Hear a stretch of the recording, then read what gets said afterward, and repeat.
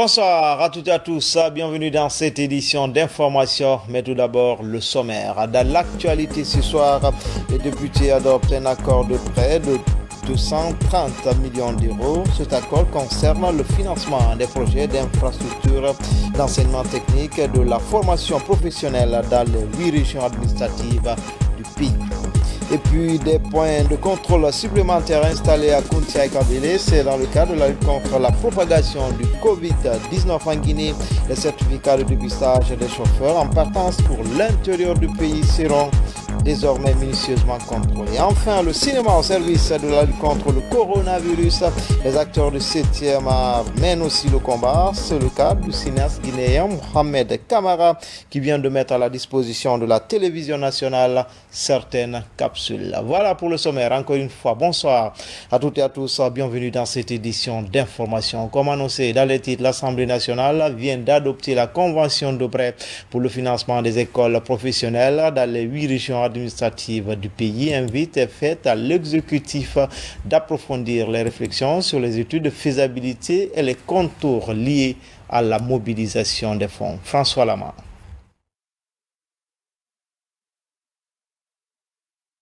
Pour un coût global de 230 millions d'euros, cette convention de prêt de financement porte sur la construction et l'équipement de 8 écoles régionales de santé, 8 centres multimédia et infirmerie des ERAM, un complexe comprenant une école nationale d'agriculture et d'élevage de Koundiang à Mandiana, 10 centres d'application de formation post-primaire et secondaire dans les grandes communes rurales, 2 centres de formation professionnelle à Mamou et Lola, 8 inspections régionales d'enseignement technique. Avant l'adoption de la convention, des interrogations soulevées au cours des travaux en commission, en intercommission et en plénière ont permis aux 3 groupes parlementaires d'interpeller ou d'encourager le gouvernement sur certains préalables. Le groupe parlementaire Alliance patriotique relève les inquiétudes et observations qui sont, entre autres, le manque d'études de faisabilité par le ministère de l'Enseignement technique et de la formation professionnelle qui nous permettent de connaître le coût estimatif du projet au niveau de chaque région. Des informations insuffisantes sur l'identité du prêteur, aussi bien sur le plan financier qu'identitaire, et ses références antérieures dans ce domaine. Convaincu que le département en charge de l'enseignement technique prendra toutes les dispositions et que vous-même, Monsieur le Président de l'Assemblée nationale, vous ne ménagerez aucun effort pour mettre en place des missions d'information, des missions d'enquête parlementaire pour suivre tous les projets. C'est suite à cette explication de vote que la convention de prêt a été adoptée à la majorité des députés présents. Le président de l'institution parlementaire a rassuré. J'invite les membres du gouvernement qui en ont les tutelles, de s'assurer de la réponse de toutes les questions qui ont été posées aujourd'hui. Toutes étaient des questions légitimes, des questions d'inquiétude. Je peux assurer une seule et unique chose. L'Assemblée nationale fera son travail de législation et fera son travail de contrôle gouvernemental. Pour la mise en œuvre de cette convention, le ministre en charge de l'enseignement professionnel a informé des premières activités qui doivent être exécutées. La commission mixte en place. Et nous allons le faire dès la semaine prochaine pour que la commission mixte puisse déjà commencer à travailler rapidement sur le projet. Lutte contre le Covid-19, l'Agence nationale de sécurité sanitaire continue de dérouler son calendrier pour gagner le pari de zéro Covid en 60 jours. Après les élus locaux, c'est au tour des agents régionaux communaux de santé de Conakry. Il était question de remobiliser l'ensemble des acteurs dans la riposte pour un contrôle rapide de la pandémie. Mamadi Terran Kamisoko. Cette rencontre se tient avec les agents de la Direction générale de la santé de Conakry. La nouvelle stratégie et ses implications sont exposées. Les autorités sanitaires sollicitent de la mobilisation générale en vue de mettre fin aux infections liées au coronavirus. Nous sommes sur la phase préparatoire. Donc c'était le tour des techniciens, c'est-à-dire des agents de santé de la direction de la santé de la ville de Conakry, plus les directions communales de santé. Donc il s'agissait d'expliquer le contenu de cette stratégie et les parties prenantes pour la mise en œuvre de la stratégie, pour que cette fois-ci, nous puissions agir de façon synergique avec les communautés, les personnes ressources, et personne ne doit être laissé pour compte pour qu'on puisse faire une ligne droite par rapport à la riposte contre cette maladie. Chaque direction communale de la santé aura son micro-plan de lutte. En complicité avec les élus locaux, il est question d'identifier dans les quartiers les ménages touchés. Pour que nous, pris en charge, on puisse effectivement intervenir, il y a des préalables. Les préalables, c'est que la commune, par exemple, on vient de parler avec les gens de la commune, c'est qu'ils doivent identifier d'abord les ménages. Une fois l'identification des ménages connus, il faut également un autre critère pour dire, par exemple, que dans ce ménage, il y a un cas confirmé, par exemple, qui doit être par exemple, suivi. Donc, quand tous ces préalables sont réunis, il faut également un autre, c'est les critères de sélection. Pour qu'un malade soit suivi, il faut d'abord qu'il soit asymptomatique. Confiné, je veux dire qu'il soit confiné, il faut qu'il soit asymptomatique. Il faut qu'il soit peut-être aussi également symptomatique, c'est-à-dire qu'il présente peu de signes, qu'il ait moins de 50 ans, qu'il ne présente pas de comorbidité. Les comorbidités, comme vous le savez, c'est le diabète, l'hypertension, une insuffisance rénale, certaines maladies comme le VIH, les hépatites, etc. Dans les communes, le chef de l'État prend le devant en offrant des kits de prévention. La NSS et la pharmacie centrale de Guinée viennent de mettre à la disposition de la mairie de Kaloum près de 30 000 masques lavables et recyclables. Nous avons fait appel à nos chefs de quartier parce qu'au niveau de chaque quartier, on a mis des comités de veille dans le cadre de la lutte contre cette pandémie. Ce sont ces comités de veille qui vont se charger de la distribution au niveau des ménages dans chaque concession pour que tous les citoyens de Kaloum soient dotés de ces bavettes. Pour un premier lot, on a reçu 27 500 qui vont être distribués au niveau de chaque ménage pour que les ménages se chargent de porter pour vraiment se protéger contre cette maladie. Et le comité de veille au niveau des quartiers vont surveiller la distribution en même temps, sensibiliser les citoyens. Au niveau communal, le comité va se charger d'aller faire la supervision avec les donateurs pour voir effectivement quel est l'impact de la distribution de ces bavettes. Kaloum, le centre administratif de la capitale, fait partie des plus affectés par le Covid-19. Avec cette assistance du président Alpha Condé, les populations de la presqu'île pourront se protéger de nouvelles contaminations. Du matériel de protection pour les MUFA MCD, c'est un geste de Paul Fokam, initiateur de ce modèle de financement dans la lutte contre la pauvreté, estimé à 1 milliard de francs guinéens. La distribution du matériel a déjà démarré. Certaines mutuelles ont reçu leur part. Mohamed Seyar Souma. Comme dans la plupart des organismes socio-économiques, l'impact de la maladie à coronavirus est ressenti. Dans les MUFA, mutuelles financières des femmes africaines et mutuelles communautaires de croissance, MC2, même si des réajustements sont opérés dans les horaires de travail, pas question de freiner la machine. La mise à disposition du matériel de protection, notamment des bavettes, par le parrain international Dr Paul Fokam, va permettre de renforcer le dispositif existant, préserver la santé des employés et protéger l'ensemble des mutualistes.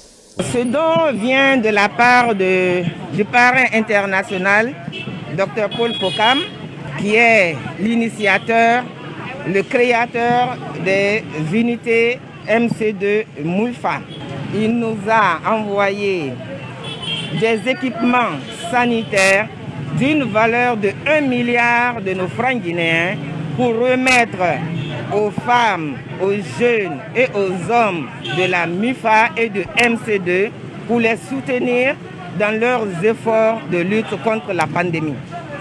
On dénombre à ce jour au moins 80 000 mutualistes répartis dans une centaine de mutuelles à travers le pays. Au nom de toutes les MIFA et MC2 de Guinée, nous remercions infiniment le docteur Paul Fokam, sans oublier son ami personnel, le professeur Alpha Condé, l'initiateur principal des MIFA et MC2 de Guinée. Le don de Dr Paul Fokam est aussi perçu comme une action de solidarité envers le peuple de Guinée, un rappel en outre de la mission des MIFA et MC2, celle de lutter contre la pauvreté avec une forte dose d'engagement social. La maladie à coronavirus est l'occasion de l'exprimer. Dans l'actualité encore, les forces de sécurité renforcent les points de contrôle à la sortie de Conakry pour éviter les quiproquos au niveau des différents barrages entre usagers de la route et agents de sécurité. 2 points de contrôle supplémentaires ont été installés à Kountia et à Kabele. Il s'agit de mieux vérifier les différents certificats de dépistage des chauffeurs en partance pour l'intérieur du pays. Morikaba de la police nationale.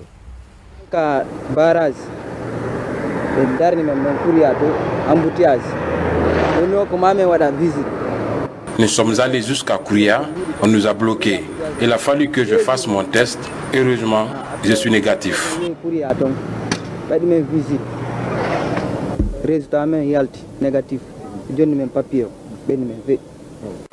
Les files de véhicules observés à ces niveaux justifient les contrôles à ces points.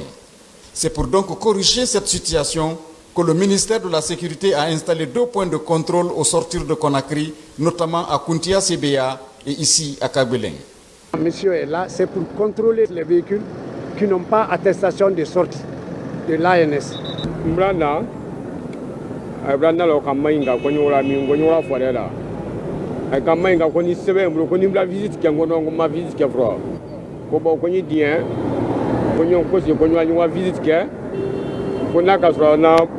Ils m'ont demandé mon certificat de dépistage. Puisque je n'en ai pas, ils m'ont retourné. Le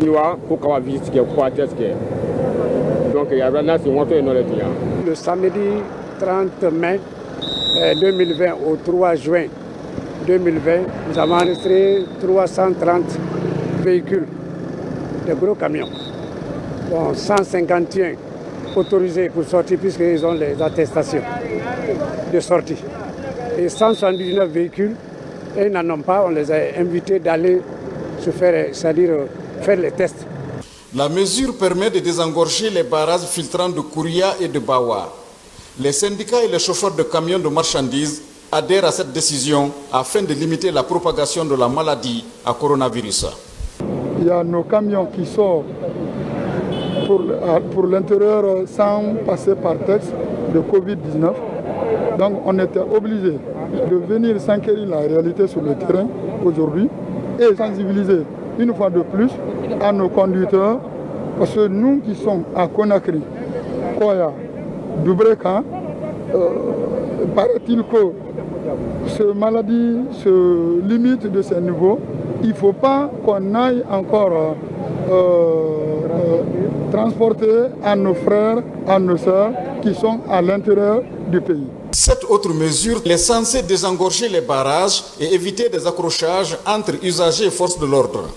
Des acteurs de la route qui doivent unir leurs forces contre l'ennemi commun qu'est le coronavirus. Célébration ce dimanche de la 10e journée africaine des frontières. Thème retenu cette année, journée africaine des frontières 2020.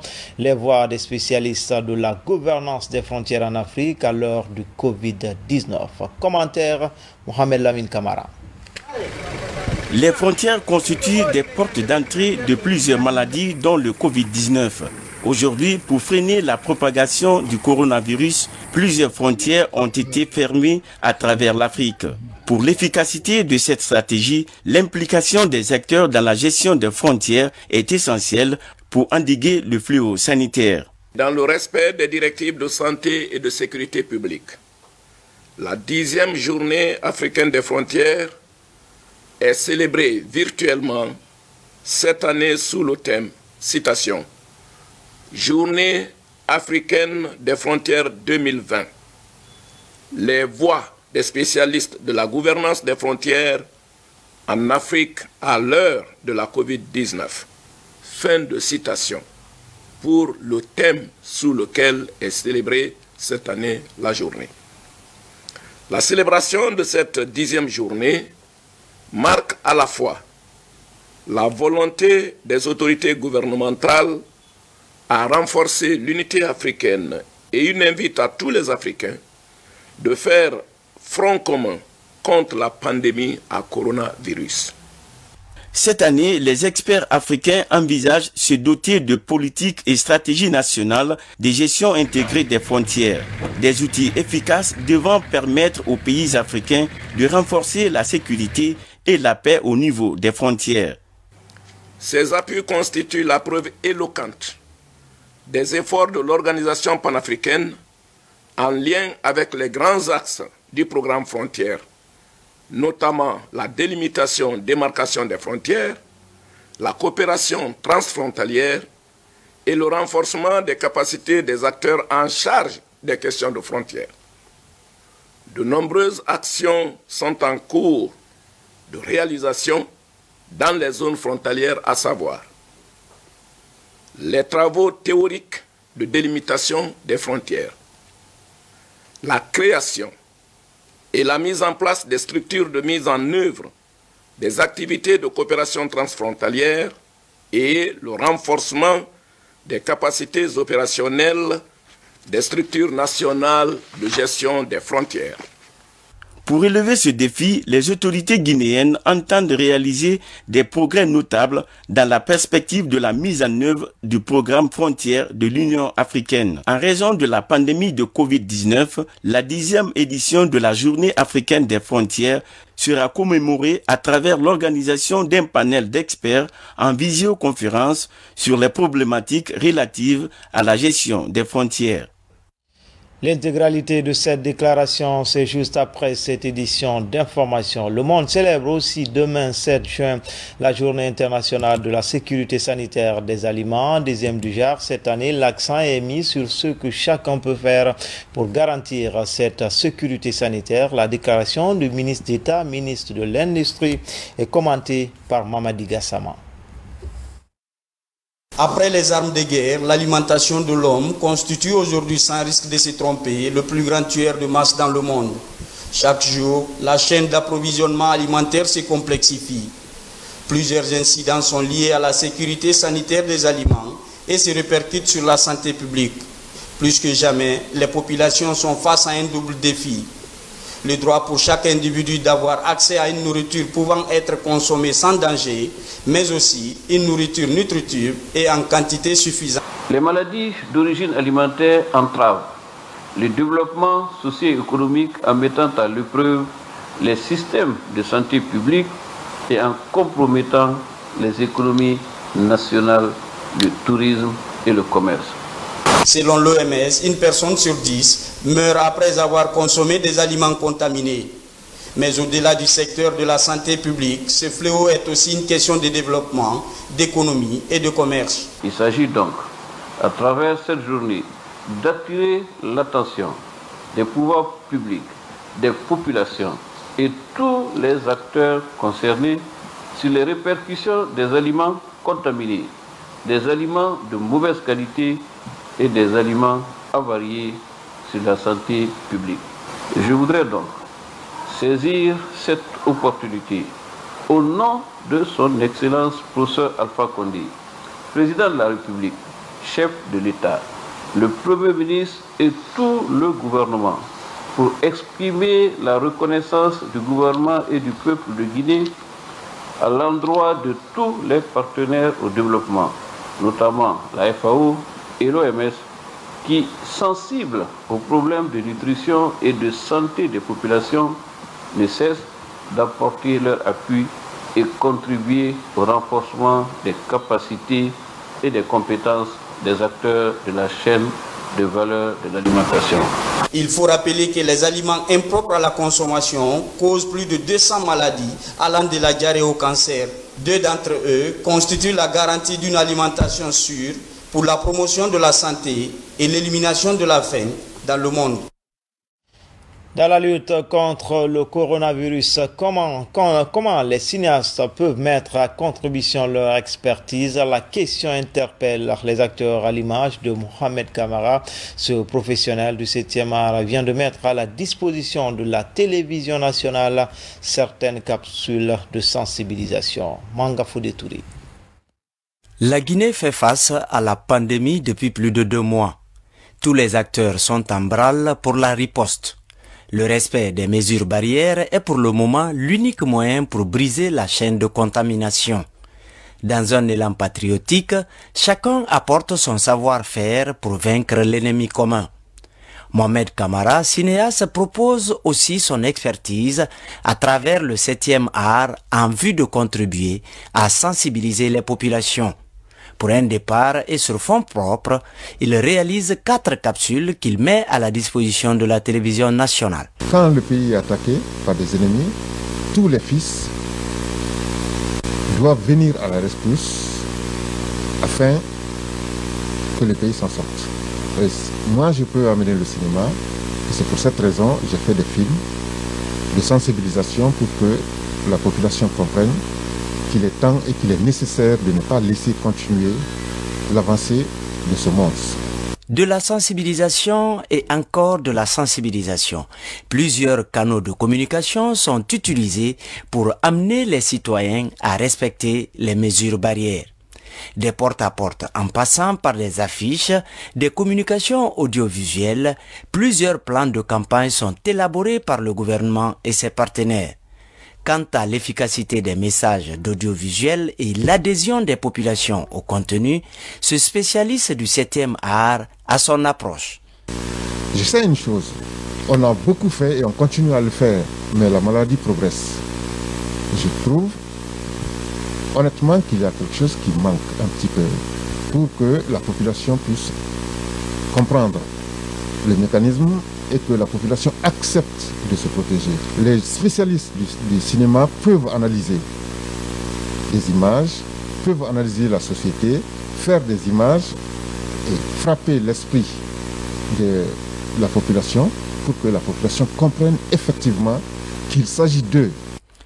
Mohamed Camara tend ainsi la main aux autorités sanitaires du pays et se dit prêt à mettre son savoir-faire dans la conception et la réalisation des supports de sensibilisation audiovisuelle avec bien entendu les messages conçus par les spécialistes de santé. Moi je suis disponible et je suis sûr que si on fait appel à d'autres cinéastes, le peu qui est là, les appeler pour qu'on essaie de faire beaucoup de films pour mettre à la disposition de nos télé. Les premières capsules réalisées par le cinéaste sont diffusées sur la télévision nationale et compte faire pareil avec les télévisions privées de la place. Connus dans le domaine du cinéma et de l'audiovisuel à travers le monde, les films de Mohamed Camara ont raflé beaucoup de prix dans les festivals et autres rencontres de cinéma. Au département en charge du tourisme, le document de la stratégie nationale de développement durable du tourisme vient d'être actualisé. Il comprend 5 points essentiels, dont le tourisme de vision qui consiste à amener les visiteurs au plus près des attractions de la faune et de la flore guinéenne. Le point avec Moussa Koumara. Le ministère en charge du tourisme se dote enfin de sa toute première stratégie nationale de développement durable. Sa remise officielle se déroule ici dans la sobriété à cause de la pandémie de Covid-19. C'est un document de 153 pages dont l'élaboration a débuté depuis février 2019 grâce à une expertise de l'Organisation mondiale du tourisme OMT sur le financement du PNUD. La biodiversité qui est parfois unique au monde, comme si on prend les crapauds vivipares, les chimpanzés et tout ça là, c'est vraiment unique au monde. Alors, si l'élaboration d'une stratégie permet donc de réfléchir sur d'abord de faire un diagnostic pour voir qu'est-ce qui va, qu'est-ce qui ne va pas au sein du tourisme. Pour faire une stratégie, la stratégie ça veut dire quelle vision sur laquelle il faut s'appuyer pour que la Guinée puisse émerger dans les vacances. Et cela va aboutir maintenant à un plan d'action qui, avec des projets pilotes au niveau région, au niveau de chaque région naturelle. Donc que cela a été l'idée de cette collaboration. Cette stratégie s'appuie sur une analyse des forces et faiblesses des secteurs, des potentialités, des opportunités et des meilleures pratiques recueillies sur le terrain par l'Organisation mondiale du tourisme. Le document s'articule autour de 5 axes stratégiques dont le point fort est le tourisme de vision des chimpanzés. L'action phare de cette politique, c'est le tourisme de vision avec les chimpanzés. Vous savez que la Guinée abrite une importante réserve de chimpanzés qui sont très, je dirais pas très évolués, mais en tout cas qui sont en avance sur les autres espèces, parce que les chimpanzés dont on parle, c'est des chimpanzés qui peuvent faire la pêche avec les algues dans les fleuves, ils mettent un bois, donc qui utilisent l'outil de travail, ou bien qui cassent les noix avec des bâtons. Donc c'est des espèces à évolution très avancée que nous avons besoin de montrer au monde entier et qui vont amener des touristes intéressés à la Guinée et faire en sorte que le tourisme se développe. Cette stratégie nationale vise de grandes ambitions. Pour des techniciens, elle est réalisable grâce à une appropriation du gouvernement à travers tous les départements sectoriels. Et cela compte tenu de la transversalité du secteur. Des efforts qui seront traduits par la mise en place des partenariats publics-privés innovants et des investissements ciblés qui offrent des produits touristiques variés et compétitifs. Et puis des pistes rurales et autres ouvrages de franchissement pour les populations de la commune rurale de Dabis, préfecture de Boké, sous le fruit de l'appui du Fonds de développement économique local pour désenclaver les différentes zones de production agricole situées dans le Kakandé. Younous Atawel Kamara. Dabis est l'une des communes rurales de Boké à bénéficier du Fonds de développement économique local du pays FRODEL. L'utilisation de ce fonds a touché plusieurs secteurs de la localité comme les pistes rurales et l'agriculture, ce qui a permis la réalisation des ouvrages de franchissement, la distribution des équipements et l'aménagement de plusieurs hectares de plaine agricole. L'initiative du président de la République à travers FODEL nous permet aujourd'hui de réaliser plusieurs projets de développement à Dabis. Il s'agit notamment de cette route pour désenclaver tous les villages et le montant servira aussi à soutenir le groupement des femmes.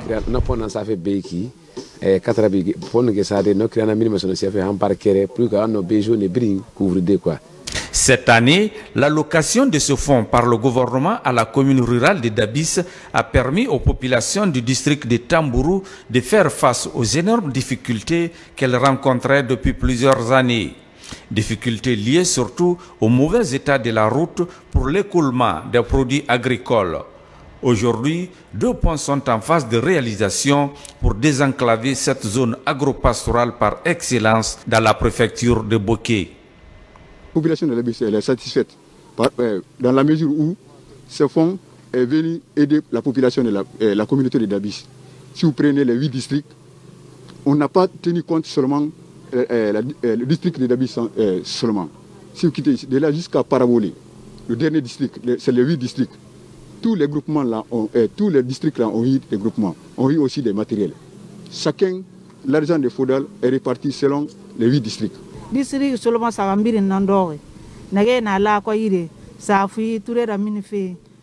Il y a 8 districts à Dabis et tous ces districts ont bénéficié du montant alloué à la commune. Nous, les groupements bénéficiaires, nous nous engageons à bien utiliser cette somme pour lutter contre le chômage.